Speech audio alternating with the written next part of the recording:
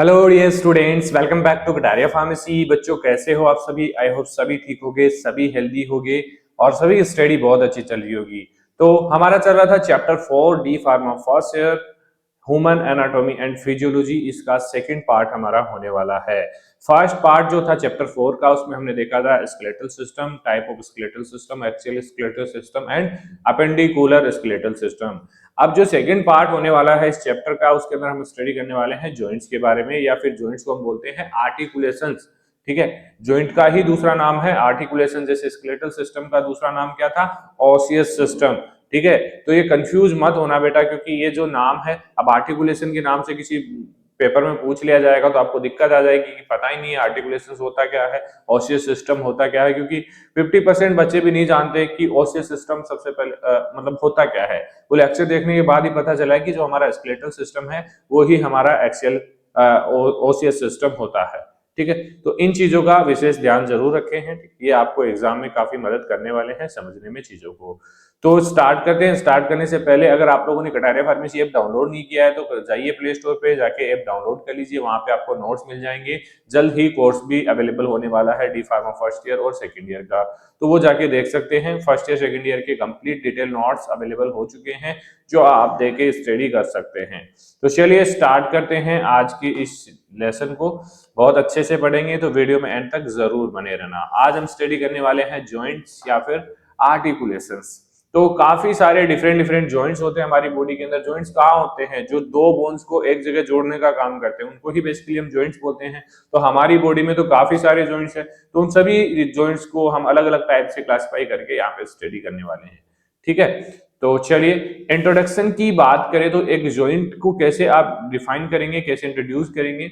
A joint also called an articulation. इसको क्या बोलते हैं? Articulation is the point where two or more bone meet. एक ऐसा पॉइंट है जहां पे दो बोन आके जुड़ती है। ठीक है, अब मान लो ये हमारा एक बोन इधर है, एक बोन इधर है, यहाँ पे जो जॉइंट है उसकी वजह से घूम पा रहा है, तो यहाँ पे दो बोन आके ज्वाइंट हो रही है, तो इसको हम बोलेंगे जॉइंट्स।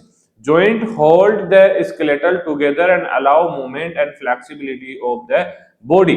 मतलब स्केलेटल को एक जगह जोड़े रखता है और इसके अलावा मूवमेंट और फ्लेक्सिबिलिटी प्रोवाइड करवाता है स्केलेटल को। कौन?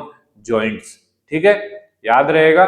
तो हिंदी में देख लीजिए, जोड़ या आर्टिकुलेशन वह स्थान है जहां दो या दो से अधिक हड्डियां आपस में मिलती है। जोड़ कंकाल को एक साथ बनाए रखता है तथा शरीर की गति और लचीलापन प्रदान करता है। ये होता है हमारा जॉइंट, जिसको हिंदी में बोलते हैं जोड़।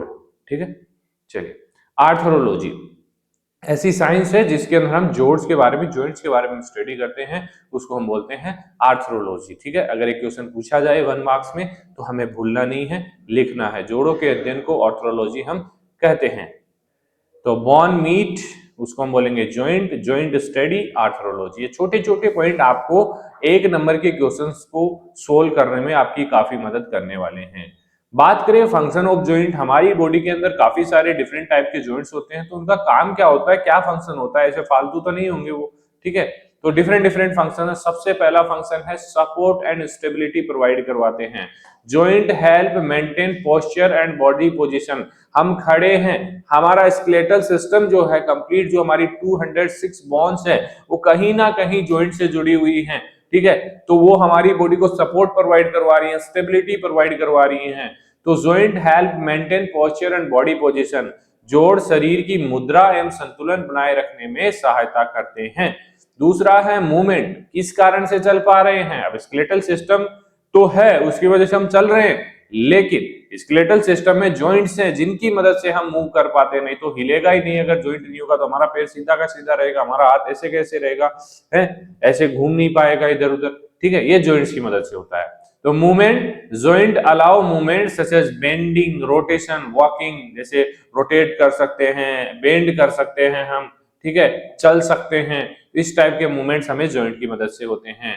तो जोड़ का मुड़ना, घूमना तथा चलने जैसी गतिविधियां संभव होती हैं जॉइंट की मदद से।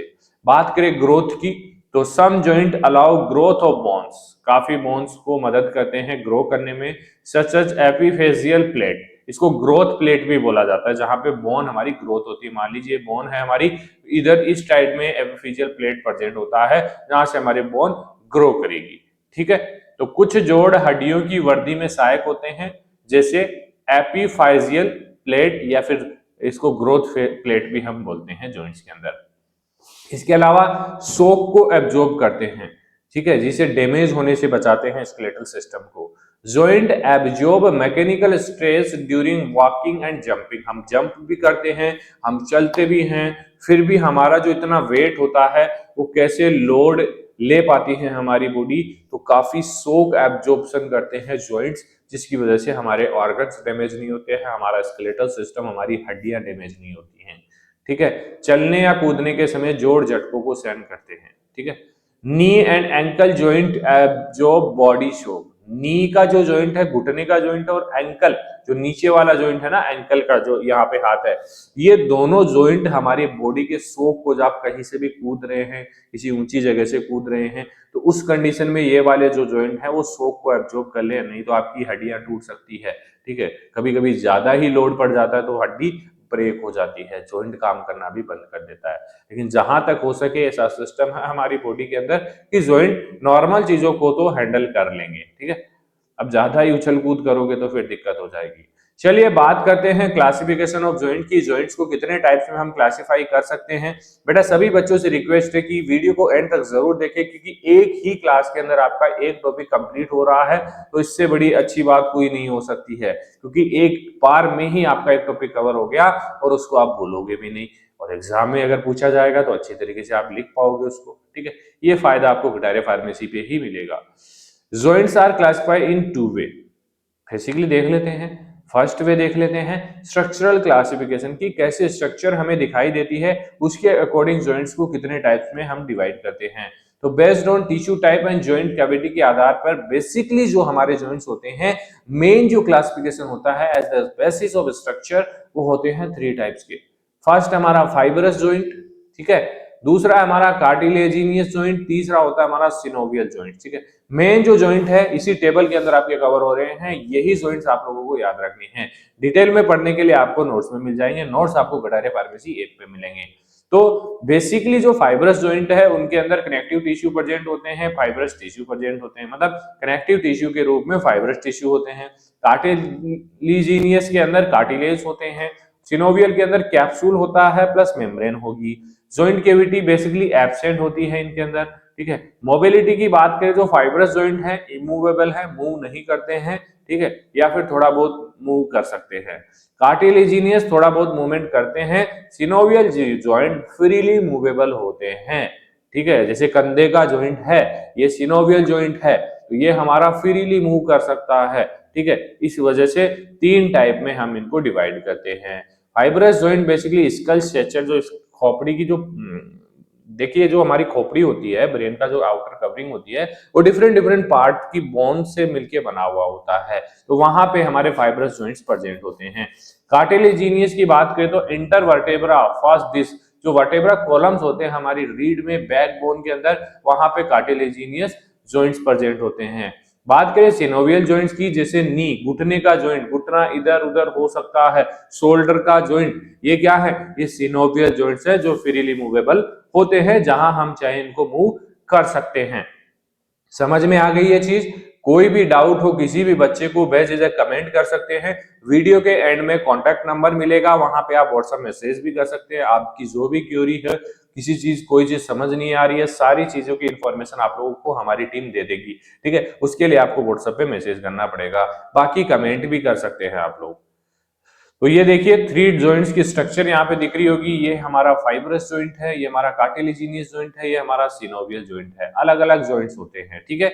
चलिए बात करें फंक्शनल क्लासिफिकेशन की। पहला हमने स्ट्रक्चरल क्लासिफिकेशन देखा, अब देखते हैं हम functional classification based on movement, movement के आधार पे। तो सबसे पहले सिंथ्रोसिस आता है, दूसरा आता है हमारा एम्फिएथ्रोसिस, तीसरा आता है हमारा डाइथ्रोसिस, ठीक है। ये बहुत कम जगह आप लोगों को स्टडी करने को मिलेगा बेटा, लेकिन हम सारी चीजें एक साथ लेके चल रहे हैं, कोई भी चीज आप लोगों की मिस नहीं होनी चाहिए, सारे टाइप्स आपको समझ में आने चाहिए, क्योंकि काफी जगह क्या होता है कि वो 3 टाइप स्ट्रक्चरल जो क्लासिफिकेशन है वो बता दिया जाता है जॉइंट का, ये फंक्शनल क्लासिफिकेशन नहीं बताया जाता है। तो जितना हो सके उतना याद करो, वो नहीं हो रहा कोई बात नहीं, लेकिन समझ में तो आएगी कि भाई ये चीज भी इसके अंदर होती है। तो सिंथेरोसिस इमूवेबल है, मूव नहीं कर सकता है, स्कल स्ट्रक्चर के अंदर प्रेजेंट होता है, ठीक है। एम्फिथ्रोसिस हमारा स्लाइटली मूवेबल है, प्यूबिस सिम्फोसिस के अंदर प्रेजेंट होता है। इसके अलावा डायथ्रोसिस फ्रीली मूवेबल होता है, नी और एल्बोज के अंदर प्रेजेंट होता है, ठीक है। डायथ्रोसिस डायनामिक मूवमेंट इसका होता है, बेसिकली फ्रीली मूवेबल होता है, डायनामिक मूवमेंट, ठीक है। बात करें स्ट्रक्चरल टाइप ऑफ जॉइंट, अब जो टाइप्स हमने देखे हैं कौन कौन से, फाइब्रस, कार्टिलेजिनियस, सिनोवियल, उनको थोड़ा देख लेते हैं, उनके सब टाइप्स को भी देख लेते हैं। सब टाइप्स पढ़ना भी बहुत जरूरी है। तो सबसे पहले आता है हमारा फाइब्रस जॉइंट, जिसको हम बोलते हैं सिंथेरोसिस एज फंक्शनल क्लासिफिकेशन के अकॉर्डिंग, ठीक है। फाइब्रस जॉइंट है हमारा स्ट्रक्चरल क्लासिफिकेशन, सिंथेरोसिस है हमारा फंक्शनल क्लासिफिकेशन, ठीक है। तो फाइब्रस जॉइंट की डेफिनेशन, इंट्रोडक्शन हम देख लेते हैं, इजीली समझ में आएगा। देखिए बेटा, हमारा मोटिव है कि आपको चीजें समझ में आ जाए, क्योंकि एक बार चीज समझ में आ गई, कहीं से भी आप लोग पढ़ सकते हैं, चीज समझ में नहीं आई तो फिर कुछ नहीं हो पाएगा, ठीक है। तो समझाना हमारा फर्ज है, बाकी आपका फर्ज है आप क्या करते हैं। Bone are join by dense fibrous connective tissue, याद रखना जो बोन्स होती हैं डेंस फाइब्रस कनेक्टिव टिश्यू से ज्वाइंट होती हैं, जो फाइब्रस ज्वाइंट होता है उनकी। No joint cavity is present, कोई भी कैविटी प्रेजेंट नहीं होती है। जो स्टार्टिंग में हमने टेबल देखी थी उसी को यहाँ पे थ्योरी फॉर्म में रिप्रेजेंट किया जा रहा है। And movement is absent and very limited, movement बिल्कुल कम होता है या फिर लिमिटेड होता है, फाइब्रस जॉइंट के अंदर मूव नहीं कर पाते हैं। हड्डियां सघन रेशेदार संयोजी ऊतक द्वारा जुड़ी हुई होती हैं, इनमें जोड़ गुआ नहीं होती है और गति नगण्य होती है, ना के बराबर होती है, ठीक है। टाइप्स की बात करें, सब टाइप्स ऑफ फाइब्रस जॉइंट, देखिए बेटा अब बच्चे लेक्चर देख रहे होंगे, तो अगर मैं लेक्चर खत्म करके बोलूं कि फाइब्रस जॉइंट के सब टाइप्स आप बताइए, नहीं याद रहेंगे, किसी भी बच्चे को याद नहीं रहेंगे। तो इसके लिए क्या करना है आपको, सबसे पहले लिखना है structural type of synovial joint, first लिख रहा है फाइब्रस जॉइंट, दूसरा हमारा कार्टिलेजिनियस जॉइंट, तीसरा है हमारा सिनोवियल जॉइंट, ठीक है। फाइब्रस जॉइंट के आगे आपको एरो करके लिखना है सब टाइप ऑफ फाइब्रस जॉइंट, सेचर, ठीक है। जो भी सब टाइप है उनको लिख लो, फिर हमारा कार्टिलेजिनियस है उसके सब टाइप लिख लो, उसके बाद सिनोवियल के सब टाइप लिखो। ये पॉइंट ऐसे आप लोग लिखोगे तो आपको याद करने में काफी मदद हो जाएगी, ठीक है। क्योंकि पॉइंट ही याद नहीं है, सब टाइप्स ही याद नहीं है, तो लिखोगे क्या बेटा, थ्योरी ज्यादा लिखने से कुछ नहीं होगा कि आप कुछ भी लिखे जा रहे हैं तो 0 मार्क्स मिलेगा आप लोगों को, ठीक है। तो ये सारी चीजें आप लोगों को देख के चलना पड़ेगा, ठीक है। तो सेचर जो होता है कहाँ होता है, स्कल के अंदर होता है, इमूवेबल जॉइंट है, found in skull with interlocking edge, interlocking edge भी होते हैं, खोपड़ी में पाए जाने वाले अचल जोड़ जिनके किनारे आपस में जड़े होते हैं, कोरोनल सेचर। दिखाता हूं मैं डायग्राम आप लोगों को, ये खोपड़ी है, ठीक है, डरना मत इसको देख के। तो ये खोपड़ी का एक पार्ट यहाँ पे निकाल के हम लाए हैं आप लोगों के लिए। तो इस टाइप से जॉइंट्स हमारे खोपड़ी में बने हुए होते हैं। तो खोपड़ी के जो दो बोन जुड़ी हुई होती है उसको बोलते हैं सेचर, ठीक है। डेंस फाइबरस कनेक्टिव टिश्यू से मिलके बने हुए होते हैं। तो फर्स्ट सब टाइप हो गया फाइबरस जॉइंट का सेचर, ठीक है। अब बात करते हैं syndesmosis, syndesmosis. Syndesmosis second type है, bone are connected by ligament. अब बोन टू बोन किससे कनेक्ट होता है, लीगामेंट से कनेक्ट होता है। स्लाइटली मूवमेंट इज पॉसिबल, इसमें थोड़ा बहुत मूवमेंट पॉसिबल होता है। हड्डियां लीगामेंट द्वारा जुड़ी हुई होती हैं, थोड़ी गति इनमें संभव होती है सेंडेस्मोसिस के अंदर, जैसे टीबिया और फिबुला जॉइंट, ठीक है। टीबिया और फिबुला जो होती है हमारी क्या होती हैं, घूम लेती हैं एक दूसरे के ऊपर, ठीक है। जैसे ये हमारा टीबिया हो गया, या फिबुला हो गया, ठीक है। तो ये वाली जो बोन्स होती हैं वो थोड़ा घूम लेती हैं, क्योंकि इनमें देखिए लिगामेंट प्रेजेंट होता है, इंटरलॉक लिगामेंट प्रेजेंट होता है, तो थोड़ा सा वो स्ट्रेच हो जाता है लिगामेंट, ठीक है। इसके अलावा आता है गॉम्फोसिस। गॉम्फोसिस पेग इन सॉकेट टाइप, कील सॉकेट प्रकार का जॉइंट है, मतलब कि पेग इन सॉकेट, जैसे कील हम लगाते हैं ना, गिट्टी ठोक के कील लगाते हैं, उस टाइप का जॉइंट ये होता है गॉम्फोसिस, ठीक है। गॉम्फोसिस नाम थोड़ा अजीब है, लिख लेना। एग्जाम्पल है टूथ एंड जो सॉकेट, जो हमारे दांत होते हैं जो के अंदर धसे हुए होते हैं जबड़े के अंदर, देखिए डायग्राम, तो ये देखिए नीचे की ओर धसे हुए हैं, इसको हम बोल दिया गॉम्फोसिस, ठीक है। रूट ऑफ टीथ, इसके अंदर नीचे आ गया टीथ हमारा, इस प्रकार के जॉइंट को हम बोलते हैं गॉम्फोसिस। ये फाइब्रस जॉइंट का ही टाइप होता है, ठीक है।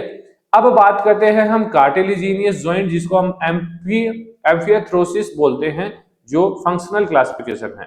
तो bones are connected by cartilage, no joint cavities present. यहाँ पे भी जॉइंट कैविटी प्रेजेंट नहीं होती है, स्लाइटली मूवमेंट अकर, थोड़ा बहुत मूवमेंट इनके अंदर होता है। हड्डियां उपास्थि द्वारा जुड़ी हुई होती हैं, जोड़ गुहा अनुपस्थित होती है और हल्की सी गति इसके अंदर देखने को मिलती है। बात करें सब टाइप्स ऑफ कार्टिलेजिनियस जॉइंट्स की, तो सबसे पहला इसमें आता है सैंकोंड्रोसिस। कौन सा? प्राइमरी जो टाइप है सैंकोंड्रोसिस, ये टाइप है कार्टिलेजिनियस जॉइंट का। Bone joint by hyaline cartilage, कौन से कार्टिलेज से जुड़ी हुई होती है? हाइलीन कार्टिलेज, ठीक है। हड्डियां हाइलीन उपास्थि द्वारा जुड़ी हुई होती हैं। एग्जाम्पल देखिए, एपिफेजियल प्लेट जो होती है, ग्रोथ प्लेट जिसको हम बोलते हैं, और इसके अलावा कोस्टोकॉन्ड्रियल जॉइंट जो हैं, ये देखिए हमारा कहाँ है, ये क्या कौन सी बोन है? ये हमारी हुमरस है, ठीक है। कहाँ होती है हुमरस? है रेडियस अल्ना हुमरस, हैंड में ये वाली जो बोन है, और ये शोल्डर में जो दिख रहा है आपको एपिफाइसिस, एपिफेशियल कार्टिलेज प्लेट यहाँ पे होती है, ठीक है। तो ये एक तरीके से जॉइंट है, ठीक है। इसको हमने बोल दिया सैंकोंड्रोसिस जॉइंट। किस टाइप का है? कार्टिलेजियस टाइप का, ठीक है। चलिए सेकेंड टाइप है इसका symphysis, secondary type, bone joint by fibro cartilage. यहाँ पे क्या होगा? फाइब्रो कार्टिलेज होगा। एग्जाम्पल देखिए, प्यूबिस सिम्फाइसिस, इसके अलावा इंटरवर्टेबुलर जो डिस्क होती हैं, आईवी डिस्क सिम्फाइसिस। तो ये देखिए हमारा क्या है? प्यूबिस है। प्यूबिस जो होता है वहां पे बेसिकली हमारा इस टाइप का जॉइंट ये प्रेजेंट होता है, जो आप लोगों को डायग्राम में दिखाई दे रहा होगा, ठीक है। और ये हमारे हिप बोन्स हैं, और ये जो इंटरवर्टेब्रा है, यहाँ पे भी हमारा सिम्फाइसिस जो सेकेंडरी कार्टिलेजिनियस जॉइंट्स है वो प्रेजेंट होते हैं, ठीक है। अब लास्ट आता है थर्ड टाइप हमारा आता है सिनोवियल जॉइंट, डाइथ्रोसिस इसको हम बोलते हैं, फ्रीली मूवेबल होते हैं, वीआईपी जॉइंट भी इसको हम बोल सकते हैं। तो synovial joints are freely movable joints with a joint cavity filled with synovial fluid. ये वाला जो जॉइंट है इसके अंदर सिनोवियल फ्लूइड फिल होता है, जो इसको फ्रीली मूवेबल बनाता है। मतलब सिनोवियल जो फ्लूइड है हमारे जॉइंट्स के बीच एक तरीके से ग्रेस का काम ये करता है, ठीक है। They are the most common joint in the body, synovial joints. तो साइनोवियल जोड़ पूर्णतः गतिशील जोड़ होते हैं, जिनमें साइनोवियल द्रव से बड़ी जोड़ गुहा होती है, और ये शरीर में सबसे अधिक पाए जाते हैं। कौन से? सिनोवियल जॉइंट्स, याद रखना। स्ट्रक्चर ऑफ सिनोवियल जॉइंट्स की बात करें तो सबसे पहले आर्टिकुलर कार्टिलेज इसके अंदर आता है, जो स्मूथ हाइलीन कार्टिलेज से कवर होता है, बोन के एंड में प्रेजेंट होता है और फ्रिक्शन को रिड्यूस करता है। फ्रिक्शन मतलब जो घर्षण होता है चलते टाइम उसको, हड्डियों के सिरों को ढकने वाली चिकनी उपास्थि जो घर्षण कम करती है। तो ये अभी देखा होगा आप लोगों ने जॉइंट, ये जो जॉइंट है ये क्या है? ये जो जॉइंट है ये हमारा मतलब दूसरे बोन को जोड़ेगा, इसको हम बोलेंगे सिनोवियल जॉइंट, ठीक है। तो ये चीज आपको समझ में आ गई होगी। चलिए आगे चलते हैं हम। जो सेकंड इसका पार्ट है सिनोवियल कैविटी, जो इसके अंदर लिक्विड फ्लूइड फिल होता है, गैस जो फिल होता है, space between bone field with synovial fluid. मतलब जो गैस फिल होगा वो किसी ना किसी जगह तो फिल होगा ना, उस जगह का नाम है सिनोवियल कैविटी, ठीक है। हड्डियों के बीच की जो गुहा जिसमें सिनोवियल द्रव होता है उसको हम सिनोवियल कैविटी बोलते हैं। इसके अलावा आता है आर्टिकुलर कैप्सूल। ये क्या होता है? Outer fibrous layer for strength and inner synovial membrane for fluid secretions. Outer fibrous layer for strength and inner synovial membrane of fluid secretion. बाहरी रेशेदार परत मजबूती देती है तथा अंदर की साइनोवियल झिल्ली द्रव स्राव करती है, ठीक है। इसके अलावा आता है synovial fluid lubricant joint and nourish the cartilage. Basically जोड़ को चिकनाई प्रदान करेगा और उपास्थि को पोषण देने का काम कौन करता है?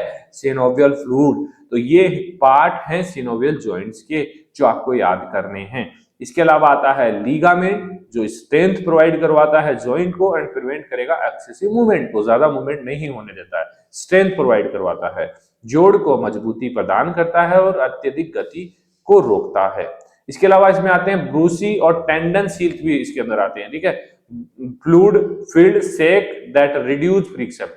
फ्लूइड फिल्ड सैक्स होते हैं, कुछ खालिस्तान होते हैं जो बेसिकली द्रव से भरी थैलियां होती है जो घर्षण कम करती हैं। ठीक है, अब बात करें हम टाइप्स ऑफ जॉइंट मूवमेंट, किस किस टाइप से हमारे जॉइंट्स मूव कर पाते हैं, तो कुछ देखते हैं। जैसे एंगुलर मूवमेंट है, फ्लैक्सेशन है, एक्सटेंशन है, अबडक्शन है, एडक्शन है, कर्कुमेशन है।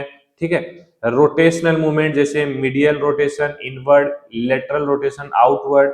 देखिए डायग्राम से आप लोगों को कुछ मूवमेंट्स में समझाने की कोशिश करूंगा।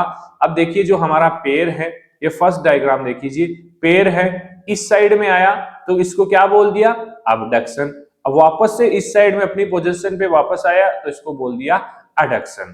तो abduction adduction away from mid line, मतलब कि यहां पे लिखा हुआ है abduction away from mid line. तो अबडक्शन जो है ये मिड लाइन है हमारी, इससे इस साइड जा रहा है तो इसको हमने क्या बोल दिया, अबडक्शन। अब यही टूवर्ड मिड लाइन की तरफ आएगा। एक बार मैं इसको इरेज कर देता हूं। हाँ, अब देखिए ये आ रहा है मिड लाइन से, मिड लाइन की तरफ आ रहा है तो इसको हमने बोल दिया एडक्शन, टूवर्ड मिड लाइन, मध्य रेखा की ओर। आगे क्या है, फ्लैक्सियन एक्सटेंशन। ठीक है, फ्लैक्सियन में क्या हो रहा है, डिक्रीजिंग एंगल है। ठीक है, क्या हो रहा है, एंगल डिक्रीज हो रहा है। अच्छा यहां था पहले पैर यहां है नॉर्मल, इधर गया फ्लेक्शन और इस साइड में आया, आगे की साइड हमने किया तो उसको एक्सटेंशन हो गया। डिक्रीजिंग एंगल कोण का कम होना, इंक्रीजिंग एंगल कोण का बढ़ना। ठीक है, इसको हमने बोल दिया फ्लेक्शन और एक्सटेंशन। आगे और कुछ है, कर्कुमेशन जो आपको दिखाई दे रहा होगा, जैसे हमारा हैंड है, इधर हमने मूव कर लिया, इधर हमने मूव कर लिया, ये क्या है, कर्कुम एबडक्शन। ठीक है, ये आपको यहाँ पे दिखाई दे रहा होगा। इसके अलावा भी काफी सारी चीजें हैं, इवर्जन है, इन्वर्जन है, स्पिनेशन है, प्रोनेशन है। ठीक है, तो ये चीज आप लोग देख लेना। रोटेशनल है, मिडल रोटेशन और लेटरल रोटेशन, इस साइड इस साइड। ठीक है, चलिए ये कुछ समझाने के लिए। ग्लाइडिंग मूवमेंट्स भी होते हैं, flat surface slide over each other. ठीक है, समतल हड्डियां एक दूसरे पर सरकती है। ठीक है, स्पेशल मूवमेंट जैसे elevation depression, shoulder sir, protraction और रिट्रैक्शन, जो का जो होता है जो। ठीक है, supination pronation, palm up and down, नीचे वाला अभी देखा था ना डायग्राम हम लोगों ने। Inversion eversion, sole in out, sole जो होते हैं ना हमारे तलवे, इन आउट। इसके अलावा डोर्सी फ्लेक्शन और प्लेंटर फ्लेक्शन, फुट अप, हमारे पैर है ऊपर नीचे। ठीक है, तो ये कुछ स्पेशल मूवमेंट्स होते हैं। अब बात कर लेते हैं, हमारा लास्ट पॉइंट है डिसऑर्डर ऑफ जॉइंट्स। देखिए हर एक ऑर्गन ऐसा है हमारी बॉडी के अंदर जिसके अंदर कुछ ना कुछ डिसऑर्डर जरूर देखने को मिलता है, क्योंकि ऐसा कोई भी ऑर्गन नहीं है जिसके अंदर डिसऑर्डर ही नहीं होगा। ठीक है, तो इसके अंदर भी काफी डिसऑर्डर होते हैं। सबसे पॉपुलर जो है अच्छी तरीके से जानते हैं आप, आर्थराइटिस। आर्थराइटिस में क्या होता है, जो जॉइंट्स हैं उनके अंदर इन्फ्लामेशन आ जाता है, सूजन आ जाती है, जोड़ों की सूजन को आर्थराइटिस करते हैं, बहुत पेन होता है इसके अंदर पेशेंट को। टाइप्स की बात करें तो ऑस्टियो आर्थराइटिस होता है जिसके अंदर कार्टिलेज डीजनरेशन हो जाता है। ठीक है, ओल्ड एज के अंदर ये प्रॉब्लम आती है। ठीक है, इसके अलावा रूमेटॉइड आर्थराइटिस, ऑटोइम्यून डिजीज है रूमेटॉइड आर्थराइटिस। गाउटी आर्थराइटिस में क्या होता है, जॉइंट्स के अंदर यूरिक एसिड क्रिस्टल ज्यादा जमा हो जाते हैं, ज्यादा मात्रा के अंदर। ठीक है, तो ये कुछ आर्थराइटिस के टाइप्स हैं। इसके अलावा आता है ब्रूस्टाइटिस, जो बेसिकली इंफ्लामेशन ऑफ ब्रूसा।